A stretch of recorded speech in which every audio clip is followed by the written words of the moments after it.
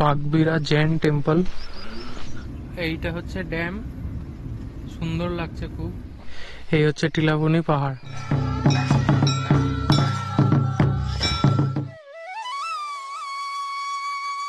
Hello, good morning everyone, welcome back to drive to discover.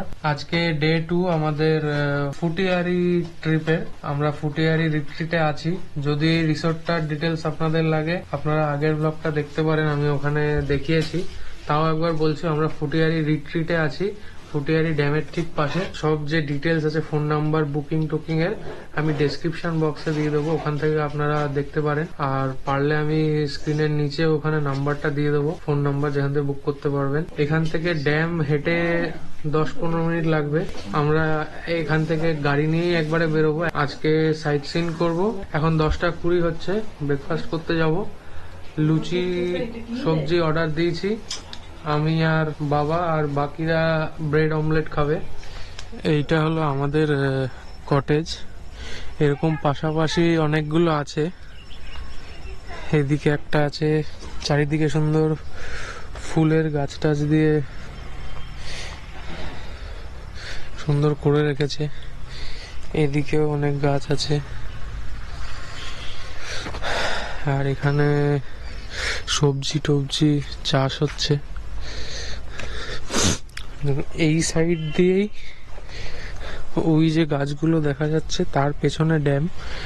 তো আমরা যাব, ব্রেকফাস্টটা করি। এটা ডাইনিং এরিয়া, আর ওদিকে গাড়ি রেখেছি। জায়গাটা ভালো, খুব শান্তি টান্তি আছে, একদম নির্জন নিরিবিলি। এখানে এসে বেশ মি টাইম এনজয় করা যাবে। ফুলগুলো খুব সুন্দর করেছে, দেখুন।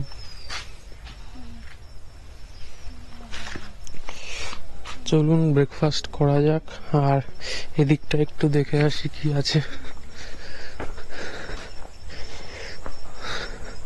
এখানে বাচ্চাদের খেলার জন্য সুন্দর জায়গা করা আছে। এখানে ব্যাডমিন্টন খেলতে পারবেন যদি আপনারা র্যাকেট নিয়ে আসেন। তার সাথে পেছনে বাচ্চাদের জন্য আরেকটা করা আছে। আর এখানেও ক্লাইম করে ওঠা নামা এইসব করতে পারবে। আর ওটা হচ্ছে পার্কিং এরিয়া, আর কিছু টেন্টও আছে এই দিকে। তারপরে ওখানে টেন্টেও আপনারা চাইলে থাকতে পারেন। আর ওটা হচ্ছে গেট, ওখান দিয়ে ঢুকেছিলাম। আজকে এদিক দিয়েই বেরোবো। আর আমরা যখন স্টার্ট করব তখন আমি আপনাদের জানাবো কোন কোন জায়গায় যাচ্ছি, তাহলে আপনারাও সেইভাবে ঘুরতে পারবেন।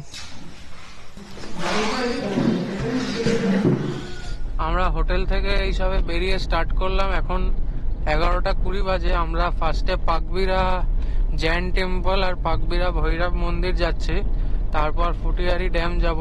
এখন আমরা গ্রামের ভেতরের সব রাস্তাগুলো দিয়ে যাচ্ছি। কাল রাত্রেও এটা দিয়ে এসছিলাম। ফেরার পথে দেখতে চার্জ দেওয়াই আছে 72%। হাইওয়েতে উঠে পড়েছি। রাস্তাটা খুবই সুন্দর। কাল রাত্রেবেলাও এটা দিয়েই ফিরছিলাম। এখান থেকে আর 29 কিলোমিটার, 8 কিলোমিটার পর ডান দিক নিতে বলছে। রাস্তাটা এখানে খুব সুন্দর। এদিকে কিছু হোটেলও আছে। আমার গোপ্রোটা একটু গন্ডগোল করছে। এতক্ষণ ধরে চেষ্টা করলাম একটা গ্রামের ছবি তোলার, কিন্তু সেটা আর কোনো রকমে উঠলোই না। মাটির বাড়ি ছিল চারিদিকে, তারপরে গোয়াল ঘর। সেই জায়গাটা ভাবলাম একটু দেখাবো। যখনই গোপ্রোর রেকর্ডিংটা অন করছি, অন হচ্ছে, আবার 1-2 সেকেন্ডের পরে বন্ধ হয়ে ফাইল রিপেয়ার্ড এরকম করে আসছে। আপনারা যদি এটার ব্যাপারে কিছু জানেন কি প্রবলেম, তাহলে একটু কমেন্ট করে জানাবেন, তাহলে আমি সেটা ঠিক করার চেষ্টা করব। আর না হলে এটাকে পাঠাতে হবে সার্ভিস সেন্টারে। এখন আবার সব ঠিক চলছে, কোনো অসুবিধা হচ্ছে না। কি হচ্ছে, মাথা ফাথা খারাপ হয়ে গেছে মনে হয় গোপ্রোর। লালপুর বলে একটা বাজার আসবে, ওইখান থেকে রাইট নিতে হবে।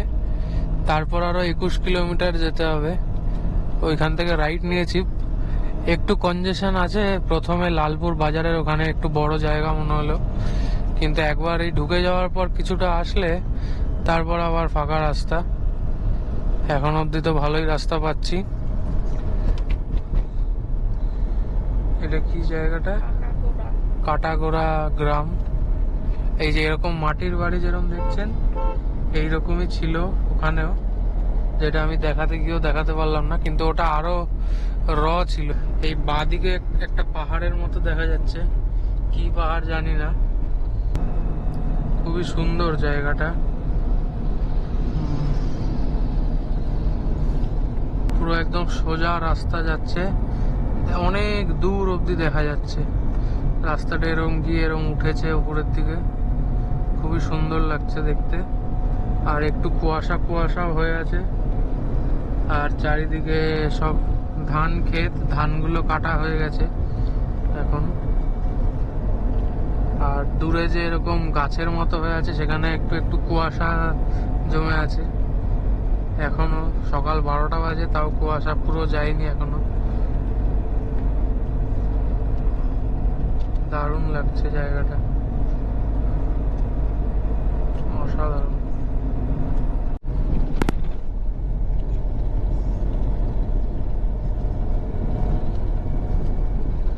শুধু রাস্তাগুলো দেখুন আর এনজয় করুন। মানে আপনারা যদি আসেন এখানে ড্রাইভ করে খুবই মজা পাবেন, কিন্তু যতদিন না আসতে পারছেন আমার এই ব্লগ থেকে আপনারাও দেখে এনজয় করতে পারবেন। মানে এত সুন্দর রাস্তা, কি বলবো, মানে 10-এ 10 দেওয়ার মতো পুরো।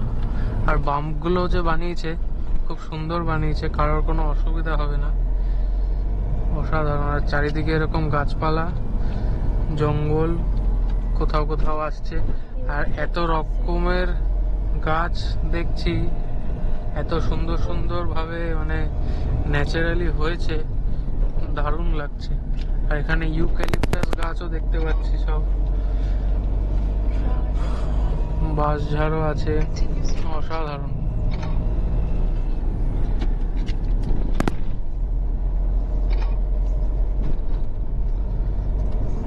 আবার আরেকটা গ্রাম আসছে দূরে, যত দূর দেখা যাচ্ছে সোজা রাস্তা দেখতে পাচ্ছি।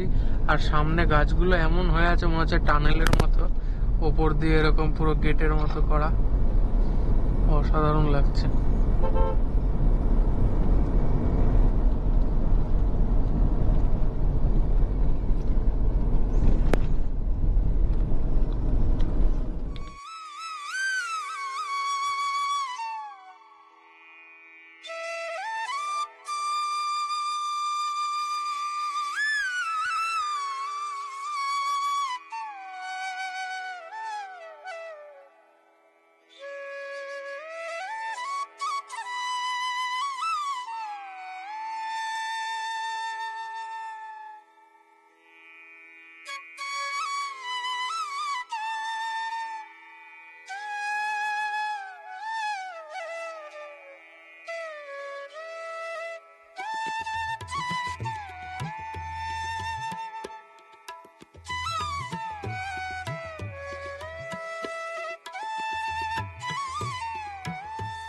এখানে মন্দির আছে, পাকবিরা মন্দির সামনে। ধন্যবাদ। পুরো গ্রামের ভেতর দিয়ে যাচ্ছি, এখান থেকে দেখাচ্ছে আরো 950 মিটার আগে যেতে হবে। একজনকে জিজ্ঞেস করলাম, সেও বলল, মানে প্রথমে দিয়েছিলাম পাকবিরা জৈন টেম্পল, সেটা আর মনে হচ্ছে লোকেশন ভুলভাল দেওয়া। পুরো একদম লোকের বাড়ির উঠোন দিয়ে যাচ্ছি মনে হচ্ছে, এমন সরু রাস্তা। এখানে মাটির বাড়ি, সুন্দর ডিজাইন করা।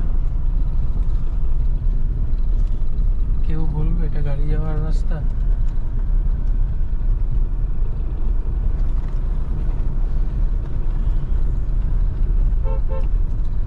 সরে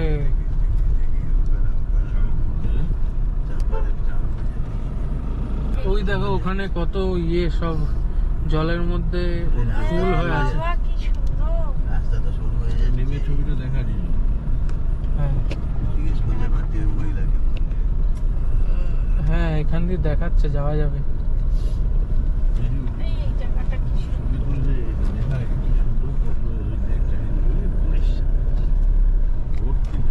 জলে কত পদ্ম ফুল। নেমে দেখাচ্ছি আমি, একটু গাড়িটা কোথাও দাঁড় করানোর মতো জায়গা পাই। আমরা এদিক দিয়ে আসছিলাম, এবার এত সরু রাস্তা দেখে মনে হলো যে হয়তো ভুল রাস্তায় ঢুকেছি। তারপর আস্তে আস্তে এখানে এত সুন্দর দৃশ্য দেখতে পেলাম, মানে এটা পুকুরের মতো, তার মধ্যে কত সুন্দর পদ্ম ফুল হয়ে আছে, আর ওখানে হাঁস ঘুরছে এই ফুলটা। তারপরে এটা কত বড় বড় হয়েছে, আর এখানে একটা গাড়িটা এখানে দাঁড় করিয়েছি, সাইডে জায়গা আছে, বাইক টাইক বেরিয়ে যাবে। আর একজনকে জিজ্ঞেস করলাম গ্রামে, সে বললো এখান দিয়ে আরো 1 কিলোমিটার আকবিরা জৈন টেম্পল, খুবই সুন্দর জায়গাটা। এই একটা মন্দির, ওইখানে আরেকটা, পেছনে ওইখানে আরেকটা। এই গাছটা কি সুন্দর লাগছে দেখুন, এই যে গাছের গুড়িটা কত মোটা হয়ে উঠেছে। আর এইখানে জৈনদের তীর্থঙ্কর মহাবীর, কি বড় বট গাছ। কত ঝুড়ি লেগেছে তাতে। হ্যাঁ, খুব সুন্দর জায়গাটা, শান্তি নিরিবিলি।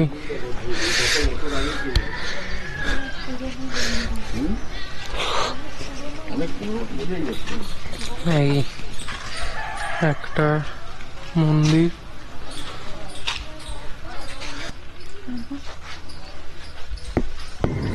দিগম্বর মূর্তি। এই গাছটার গুড়িটা অসাধারণ, মানে এইগুলো দেখেই বোঝা যাচ্ছে যে মানে অনেক পুরনো গাছ। এই বট গাছ দেখেও সেটাই বোঝা যাচ্ছে, অনেক পুরনো। দারুণ জায়গাটা। আমি আসছি, ছাড়ো, ভালো করে নি তাহলে। হ্যাঁ এই যে দেখ, হ্যাঁ, এই যে চারপাশে এগুলো আছে। দেখি একটু।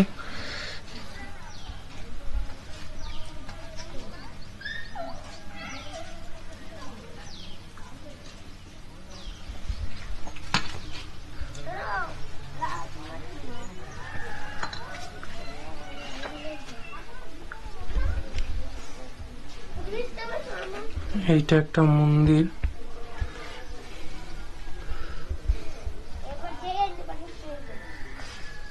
প্রত্যেকটা অবতারের এখানে করা।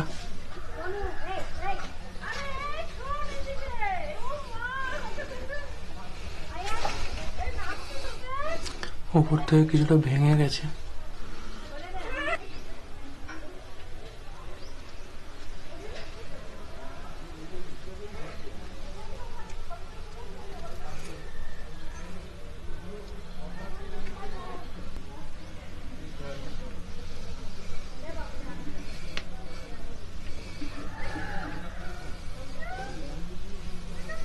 ধরুন এটা ঢিপির মধ্যে গাছপালা যা দেখছেন এগুলো সব ঢিপির মধ্যে ছিল। এই বেদি মূর্তিগুলো, এই যে বেদি করেছে এগুলো সরকার থেকে করেছে, বুঝলে। বাকি ওই একবার খনন হয়ে গেছে, আর এই কিছু সাল আগে এই মূর্তি রাখার জন্য ভর্তি করেছে সরকার থেকে। আর ওইটা আগে করেছে, ওটাও সরকার থেকেই করেছে, বামফ্রন্টের মধ্যে। আর পরে ওই যে আবার ওইখানে কি মিউজিয়াম কি করছে, এই হচ্ছে মোটামুটি। এটা অনেক বছর পুরনো। কি ইয়ার নিচে যাবার কি আছে, যখন খনন হয়েছে তখন বলা মুশকিল। টোটাল 24টা এখানে মন্দির ছিল পাকবইতে, ঠিক আছে। যেমন হয়তো এক একটা তীর্থঙ্করে আপনি দেখতে পাচ্ছেন, দেখুন এক একটা মানে সিম্বল থাকবে, তবে ওটা একটা তীর্থঙ্কর বোঝা যাবে।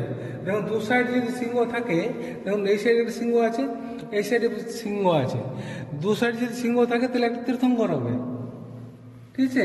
আর মাঝে দেখুন একটা সিংহ আছে, এই যে 24তম তীর্থঙ্কর হচ্ছে মহাবীর। এইভাবে চেনা যায়। দেখুন এই সাইড সিংহ আছে, এই সাইডে সিংহ আছে, তাহলে দু সাইড যদি সিংহ থাকে তাহলে এটা 23তম তীর্থঙ্কর হচ্ছে ইনি হচ্ছে 23তম তীর্থঙ্কর হচ্ছে পরশনাথ। 23তম তীর্থঙ্কর।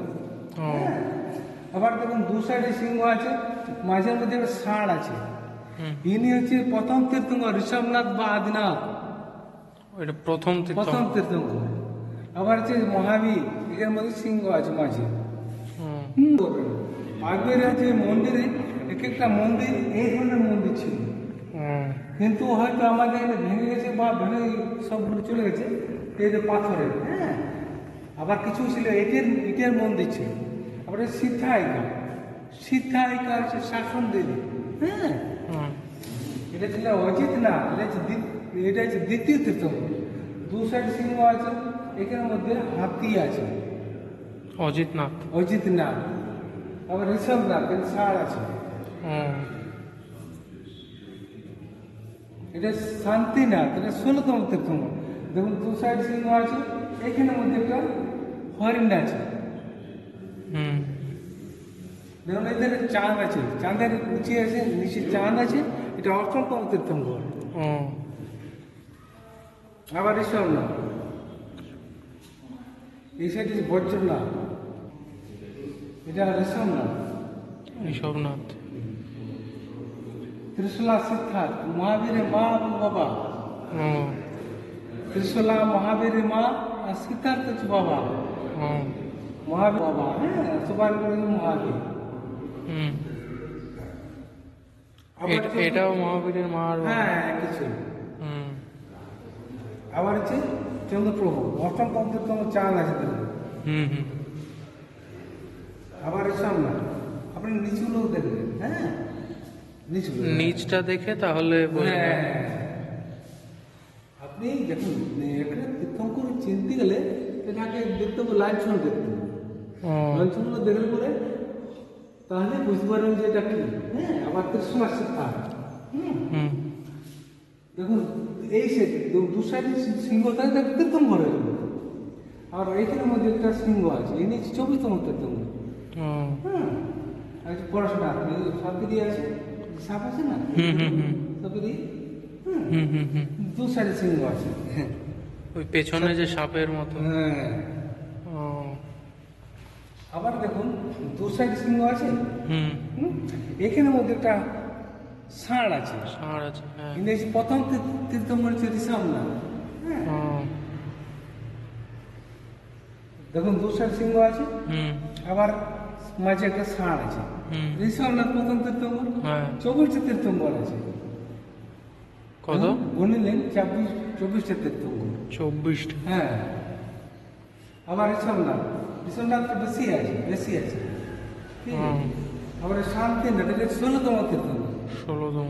এই যে দেখুন একটা হরিণের ছোট্ট, হ্যাঁ, 200 সিংহ আছে। এগুলো একটু লক্ষ্য করবেন। আবার ঋষভনাথ, এখানে মধ্যে ষাঁড় আছে, আছে না? হুম, হুম, একদম। এটা তীর্থঙ্কর নয়, হ্যাঁ। ও, আবার দু সাইড সিংহ আছে, এখানের মধ্যে ছোট্ট একটা হরিণ আছে, এই ষাঁড় আছে, ঋষভনাথ। সোমনাথ, হ্যাঁ। আবার দেখুন এটা আছে সম্ভবনাথ, এটা হচ্ছে সম্ভবনাথ, ও, এটা হচ্ছে তৃতীয় তীর্থঙ্কর। নিশ্চয় হচ্ছে ঘোড়া আছে। হ্যাঁ, হ্যাঁ, হ্যাঁ। আবার ঋষভনাথ, এখানে আবার আচ্ছা। ঋষভনাথ, হ্যাঁ। এইখানে দেখুন অজিতনাথ, এটা হচ্ছে দেখুন হাতি আছে এখান থেকে, এটা দ্বিতীয় তীর্থঙ্কর। ও, আর এটা? এটা তীর্থঙ্করে প্রচার কুশল আছে, সন্ন্যাসী। ও, এটা বিভিন্ন জায়গাতে যে সোমনাথপুর ইয়েতে আপনার চাকরি প্রচার করা হয়েছে। জায়গাতে এক একটা জায়গাতে মন্দির ছিলেন। হুম, এখন আমাদের এলাকায় বিভিন্ন জায়গাতে আমাদের পাখা এই জৈন টেম্পল আছে, সেখানে হয়তো এই সব ঠিক আছে। হুম, হ্যাঁ, আবার হচ্ছে শান্তিনাথ, ষোলতম ও, এগুলো কি এগুলো কত বছর পুরনো? এডি হ্যাঁ, 1078 এডি, বাবা। মানে আজই বলল এডি, হ্যাঁ, বাবা।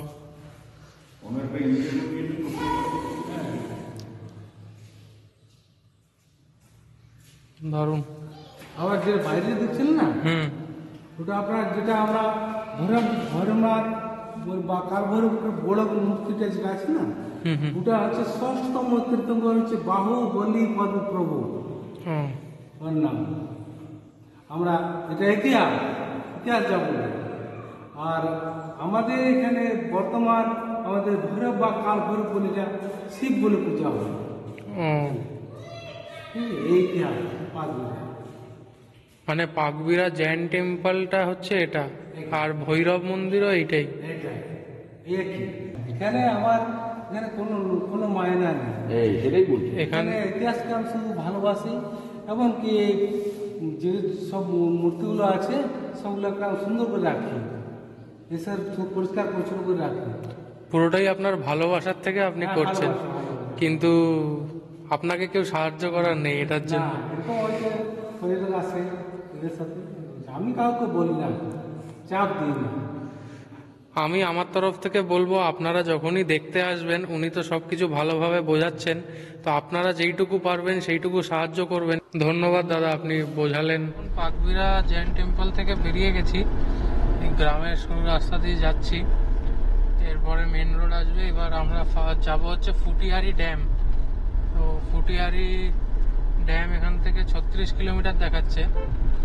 হয়তো আগে ফুটিহারি ড্যাম যাব, না হলে আগে লাঞ্চ করব, ডিপেন্ড করছে কটার সময় আমাদের রিসোর্টের সামনে পৌঁছাচ্ছি, ওখান দিয়েই যেতে হবে। দেখা যায়, এখান থেকে 35 কিলোমিটার বাকি, এখনো 1 ঘন্টা লাগবে। এখন 1:15 বাজে, হয়তো লাঞ্চই আগে করবো, কেন কি টাইম হয়ে যাবে লাঞ্চে। একদমই সরু জায়গা, বাইক আসলেও সাইড করে দাঁড়াতে হচ্ছে।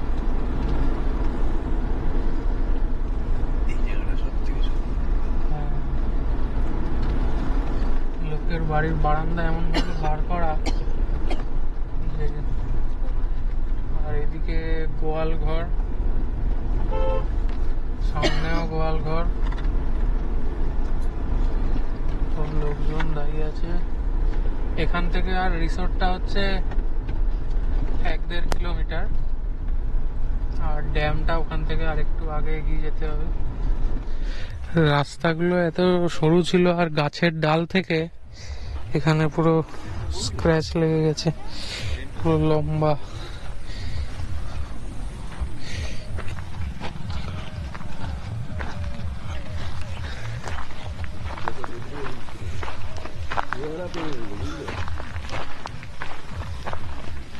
এখানে এই যে কয়েকটা টেন্ট আছে, তো দাদা আমাদের একটু টেন্টটা দেখাচ্ছে, দেখি টেন্টটা কেমন। এটা হচ্ছে শিম গাছ, এই যে শিম হয়ে আছে এখানে। এইগুলো হচ্ছে টেন্ট, আর এইদিকে টেন্টের জন্য বাথরুম করা আছে।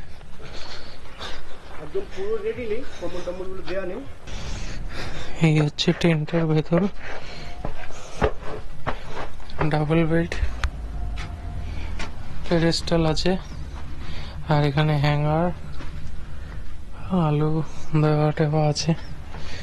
এই সাইডটা লক করা, এটা টেন্টের পিছন দিক, কিছু নেই। এখানে বসার জন্য 3টে টুল, ভালো, এটা একটা আলাদা টাইপের এক্সপিরিয়েন্স।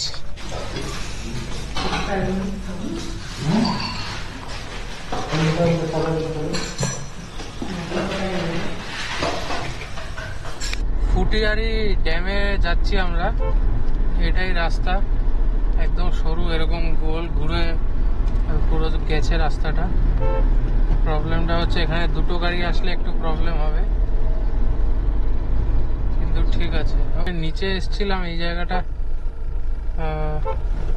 সবাই পিকনিক করছে,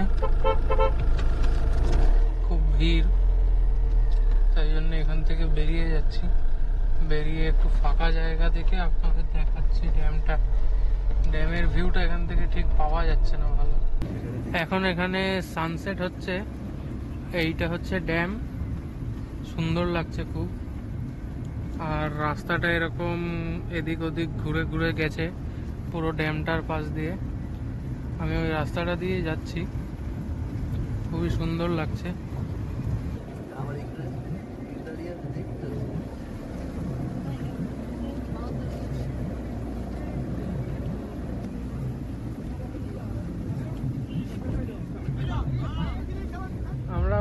রাস্তাটা দিয়ে গেছিলাম, এখন ওদিক দিয়ে নিচে নেমে এখানে গাড়ি রেখেছি। এই হচ্ছে ড্যাম, কিন্তু ড্যামের গেট কোথায় সেটা বুঝতে পারলাম না।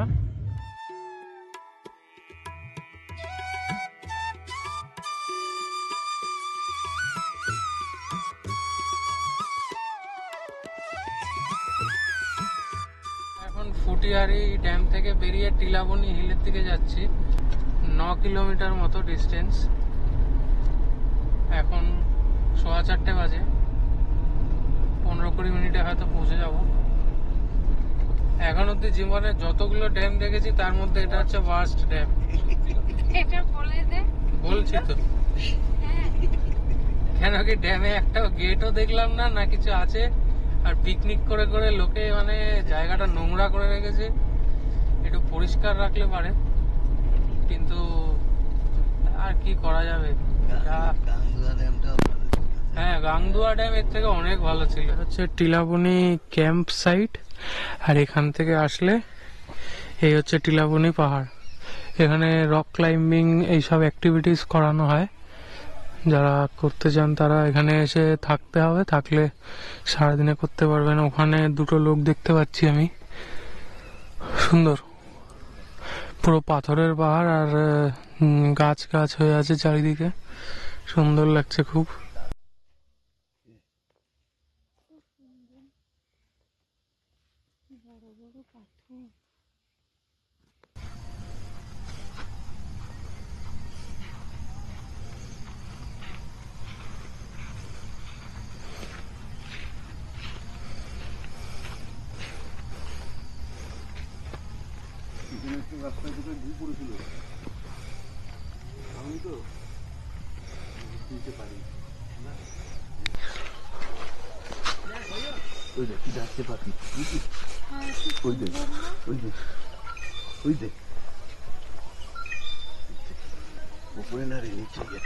পাখির ডাকটা কি সুন্দর।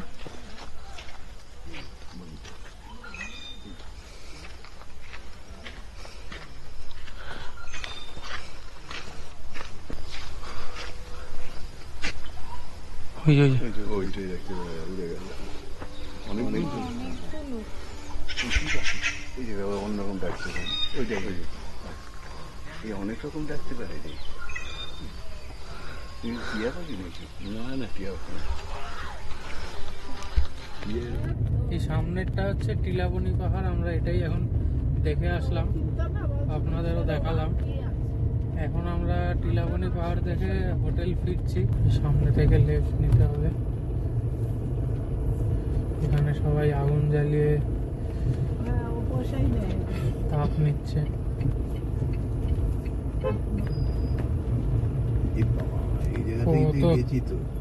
কতটা নিচু জায়গাটা দেখুন।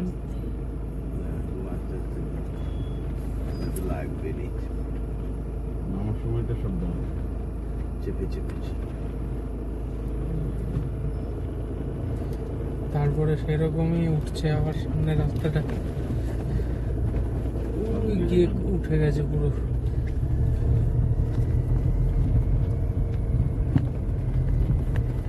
কতটা উপরে উঠছে।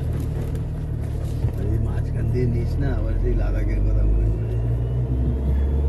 আমরা পৌঁছে গেছি হোটেল। এই ডান দিকে এবার ঢুকবো, ঢুকলেই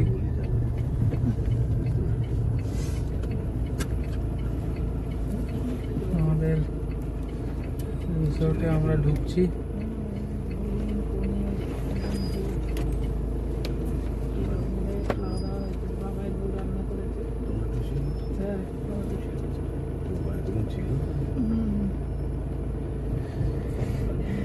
এবার এইখানে গাড়ি পার্ক করি। আজকে এই ডান দিকে একটা মাঠ আছে, ওখানে ফাংশন হওয়ার কথা আছে, দেখা যাক কি হয়। ফায়ার করছে, এখন বেশ ঠান্ডা আছে।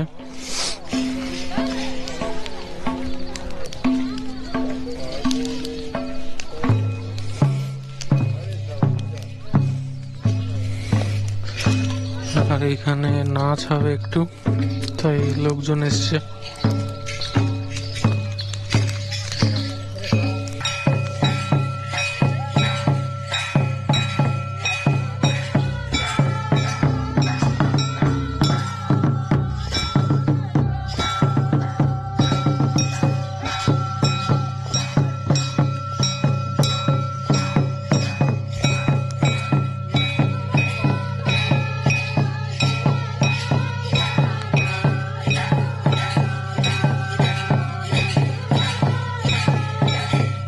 আমাদের স্ন্যাক্সে ফ্রেঞ্চ ফ্রাই, চিকেন তন্দুরি আর স্যালাড দিয়েছে।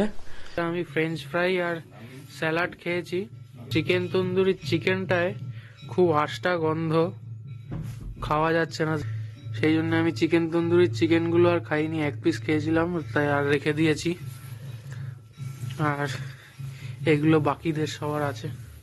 এখন আমি সব ডেটা ট্রান্সফার করব ক্যামেরা আর ফোন থেকে, সেই জন্য বসেছি। বাইরে যে প্রোগ্রাম হচ্ছে ঠিকঠাক হচ্ছে, আপনাদের তো দেখালাম, কিন্তু এত ঠান্ডা, আর বোনফায়ার যে হচ্ছিল ওটা এখন মোটামুটি নিভে গেছে, তো ওই ঠান্ডায় আর দাঁড়িয়ে থাকা যাচ্ছে না, তাই রুমে চলে এসেছি। এই হচ্ছে রুমের অবস্থা, পুরো অগোছালো হয়ে আছে। সরি আমি কালকের ব্লগটা এন্ড করতে পারিনি। রাত্রে মার আর মামুনের শরীর খুব খারাপ হয়েছিল, তারপরে অ্যাম্বুলেন্স ডেকে পুরুলিয়ার হাসপাতালে নিয়ে যাওয়া হলো। মানে এত ভমিটিং হচ্ছে, মাথা ঘুরছে, ওখানে গিয়ে তারপর ইঞ্জেকশন দিল, কিন্তু এখনো ঠিক হয়নি। মামুনি কিছুটা ঠিক হয়েছে, এখন আমরা বেরিয়ে যাব, সেটা নেক্সট ব্লগে আপনাদের দেখাচ্ছি।